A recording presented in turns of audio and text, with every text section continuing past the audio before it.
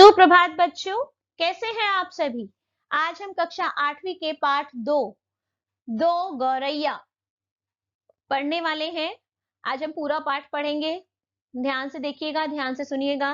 देखिए, अगर आपको बहुत ज्यादा पढ़ने में रुचि नहीं है तो आप इन वीडियो के द्वारा अपने पाठ को पढ़ सकते हैं, क्योंकि मैं पाठ की एक एक लाइन पढ़कर आपको बताती हूँ कि पाठ में क्या लिखा हुआ है। तो इस तरह आप वीडियो से चैप्टर को पढ़ सकते हैं और इससे मुश्किल शब्द भी पढ़ने में आपको हेल्प मिलेगी। तो इस प्रकार की वीडियो जरूर देखिए। अब हम शुरू करते हैं पाठ। पाठ शुरू करने से पहले सबसे पहले इस पाठ के रचयिता की बात करते हैं। इस पाठ के लेखक है भीष्म साहनी। इन्होंने यह पाठ लिखा है। चलिए उनके बारे में कुछ बातें जानते हैं। भीष्म साहनी हिंदी साहित्य के बहुमुखी प्रतिभा के लेखक हैं। उन्होंने अपनी कहानियों में देश विभाजन और मानवीय मूल्यों की मार्मिक अभिव्यक्ति की है। उनके प्रसिद्ध उपन्यास तमस पर उन्हें साहित्यिक अकादमी पुरस्कार दिया गया था। साहित्य में उनके योगदान के लिए उन्हें भारत सरकार ने पद्म भूषण से भी अलंकृत किया था। बच्चों के लिए उन्होंने गुलेल का खेल आदि कई कहानियां लिखी है। यह बहुत महान लेखक हुए हैं। देश विभाजन, जब देश को विभाजित किया गया, और मानवीय मूल्यों, मॉरल वैल्यूज पर इन्होंने बहुत सारी कहानियां लिखी, अपनी मार्मिक अभिव्यक्ति की। मार्मिक मतलब भावों से भरी अभिव्यक्ति, उसको आपके सामने लाए कहानियों के रूप में। और उन्हें बहुत सारे पुरस्कार भी दिए गए, जिसमें साहित्य अकादमी पुरस्कार, पद्म भूषण उन्हें मिला, और बहुत सारी कहानियों की भी रचना उन्होंने की। तो आज हम पढ़ेंगे उनकी लिखी हुई कहानी दो गौरैया। घर में हम 3 ही व्यक्ति रहते हैं, माँ, पिताजी और मैं। पर पिताजी कहते हैं यह घर सराय बना हुआ है। सराय एक ऐसी जगह होती है जहाँ कोई भी आसानी से आ जा सकता है, लाइक धर्मशाला, जहाँ कोई भी आके रहता है और वापस चला जाता है। तो पिताजी कहते हैं यह घर सराय बना हुआ है, हम तो जैसे यहाँ मेहमान हैं, घर के मालिक तो कोई दूसरे ही है। क्यों कहते हैं ऐसा पिताजी, अभी हम जानेंगे। आंगन में आम का पेड़ है, तरह तरह के पक्षी उस पर डेरा डाले रहते हैं। जो भी पक्षी पहाड़ियों घाटियों पर से उड़ता हुआ दिल्ली पहुंचता है, पिताजी कहते हैं वही सीधा हमारे घर पहुंच जाता है। अर्थात उनके घर पर बहुत सारे पक्षी उड़ उड़कर आ जाते हैं, जैसे हमारे घर का पता लिखवा कर लाया हूं। यहाँ कभी तोते पहुंच जाते हैं, तो कभी कौवे, और कभी कभी तरह तरह की गौरैया। गौरैया होती है बेटा चिड़िया, एक प्रकार की चिड़िया होती है, उसकी बात यहाँ की गई है।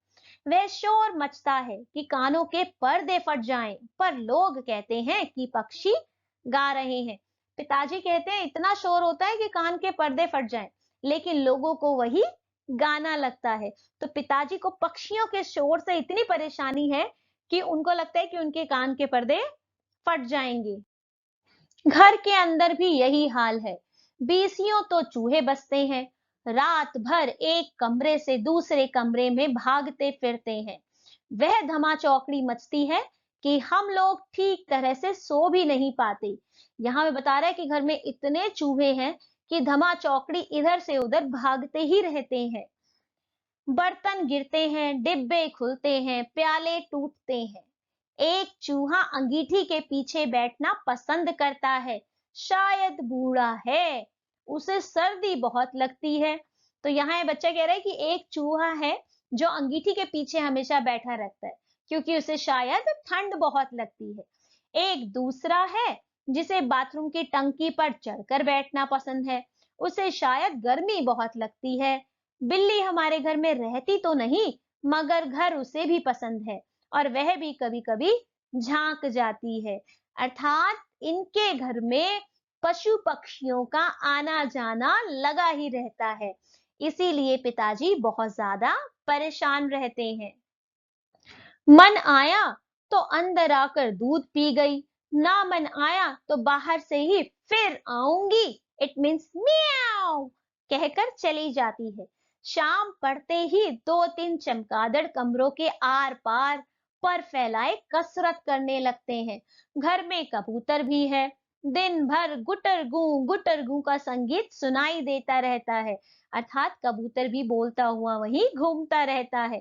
इतने पर ही बस नहीं, घर में छिपकलियां भी हैं और बड़े भी हैं, और चींटियों की तो जैसे फौज ही छावनी डालने हुए हैं।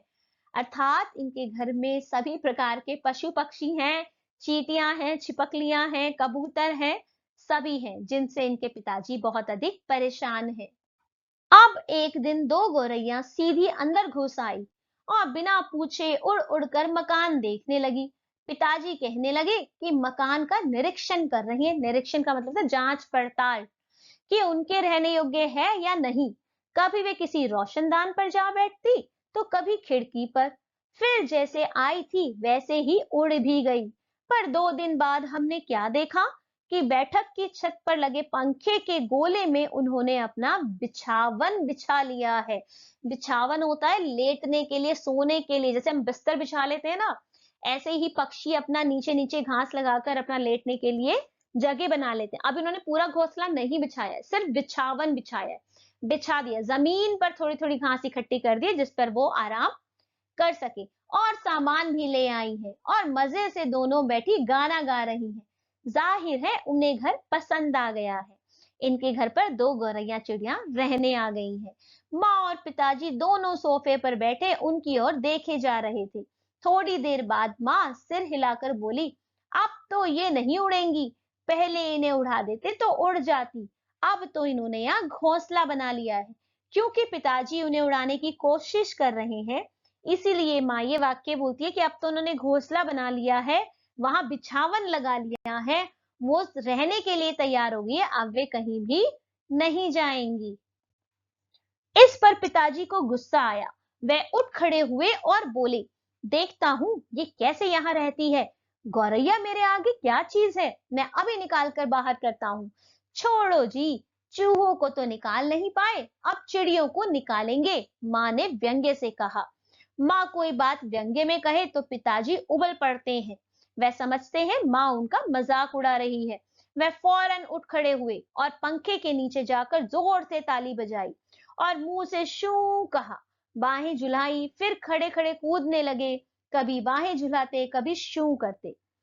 इस तरह वह गौरैयाओं को वहां से उड़ाने की कोशिश कर रहे थे। गौरैया ने घोंसले में से सिर निकालकर नीचे की ओर झांक कर देखा और दोनों एक साथ ची ची करने लगी और मां खिलखिलाकर हंसने लगी। पिताजी को गुस्सा आ गया, इसमें हंसने की क्या बात है। माँ को ऐसे मौकों पर हमेशा मजाक सूझता है। हंसकर बोली, चिड़िया एक दूसरे से पूछ रही है कि यह आदमी कौन है और नाच क्यों रहा है। तो माँ ने पिताजी की बात को मजाक में लिया और इस तरह उनका मजाक भी बनाया। आज तब पिताजी को और भी ज्यादा गुस्सा आया और वह पहले से भी ज्यादा ऊंचा कूदने लगे। इसका अर्थ हुआ वह अभी और अधिक प्रयास करने लगे कि वो गौरैया चिड़िया को उड़ाकर ही रहेंगे। गौरैया घोंसले में से निकलकर दूसरे पंखे के टहने पर जा बैठी। उन्हें पिताजी का नाचना जैसे बहुत पसंद आ रहा था। माँ फिर हंसने लगी, ये निकलेंगी नहीं जी, अब इन्होंने अंडे दे दिए होंगे। माँ बार बार नीचे से कमेंट कर रही थी कि निकलेंगी नहीं, घोंसला बना लिया है, अंडे दे दिए होंगे। निकलेंगी कैसे नहीं, पिताजी बोले और बाहर से लाठी उठा लाए। इसी बीच गौरैया फिर घोंसले में जा बैठी। उनकी लाठी ऊंची उठाकर पंखे के गोले को ठकोरा। उन्होंने लाठी को ऊपर उठाकर उनके घोंसले को छूने की कोशिश की। ची ची करती गौरैया उड़कर पर्दे के डंडे पर जा बैठी। इतनी तकलीफ करने की क्या जरूरत थी, पंखा चला देते तो ये उड़ जाती, माँ ने हंसकर कहा। पिताजी लाठी उठाए पर्दे के डंडे की ओर लपके। एक गौरैया उठकर किचन के दरवाजे पर जा बैठी, दूसरी सीढ़ियों वाले दरवाजे पर। इस तरह पिताजी उन्हें भगाने की कोशिश कर रहे थे और गौरैया चिड़िया एक स्थान से दूसरे स्थान उनके घर में बैठी बैठी उड़ती हुई घूम रही थी। माँ फिर हंस दी, तुम तो बड़े समझदार हो, सभी दरवाजे खुले हैं और तुम गौरैया को बाहर निकाल रहे हो। एक दरवाजा खुला छोड़ो, बाकी दरवाजे बंद कर दो, तभी ये निकलेंगी। अब पिताजी ने मुझे झिड़क कर कहा, झिड़क कर मतलब गुस्से में कहा, तू खड़ा क्या देख रहा है, जा दोनों दरवाजे बंद कर दे। मैंने भागकर दोनों दरवाजे बंद कर दिए, केवल किचन वाला दरवाजा खुला रहा। पिताजी ने फिर लाठी उठाई और गौरैयों पर हमला बोल दिया। एक बार तो झूलती लाठी माँ के सिर पर लगते लगते बची। ची ची करती चिड़िया कभी एक जगह तो कभी दूसरी जगह जा बैठती। आखिर दोनों किचन की और खुलने वाले दरवाजे में से बाहर निकल गई। माँ तालियां बजाने लगी। पिताजी ने लाठी दीवार के साथ टिका कर रख दी और छाती फैलाए कुर्सी पर आ बैठे। उन्होंने ये प्राउड फील किया कि देखो मैंने गौरैया चिड़िया को निकाल दिया। आज दरवाजे बंद रखो, उन्होंने हुक्म दिया। एक दिन अंदर नहीं घुस पाएंगी तो घर छोड़ देंगी। तभी पंखे के ऊपर से ची ची की आवाज सुनाई दी और माँ खिलखिलाकर हंस दी। मैंने सिर उठाकर ऊपर की ओर देखा। दोनों गौरैया फिर से अपने घोंसले में मौजूद थी। पता नहीं वो कहां से घर में वापस आ गई थी, लेकिन दोबारा से अपने घोंसले में पहुंच गई थी। दरवाजे के नीचे से आ गई। माँ बोली, मैंने दरवाजे के नीचे देखा, सचमुच दरवाजों के नीचे थोड़ी थोड़ी जगह खाली थी। पिताजी को फिर गुस्सा आया। माँ मदद तो करती नहीं थी, बैठी हंसी जा रही थी। अब तो पिताजी गौरैयों पर पिल पड़े मतलब उनके पीछे पड़ गए। उन्होंने दरवाजे के नीचे कपड़े ठूस दिए ताकि कहीं कोई छेद बचा नहीं रह जाए और फिर लाठी झुलाते हुए उन पर टूट पड़ी। चिड़िया ची ची करती फिर बाहर निकल गई, पर थोड़ी देर में वे फिर कमरे में मौजूद थी। अब की बार वे रोशनदान में से आ गई थी, जिसका एक शीशा टूटा हुआ था। देखो जी, चिड़ियों को मत निकालो, माँ ने अब की बार गंभीरता से कहा। इस बार वो सीरियस हो गई थी। अब तो इन्होंने अंडे भी दे दिए होंगे, अब ये यहाँ से नहीं जाएंगी। क्या मतलब, मैं कालीन बर्बाद करवा लूं?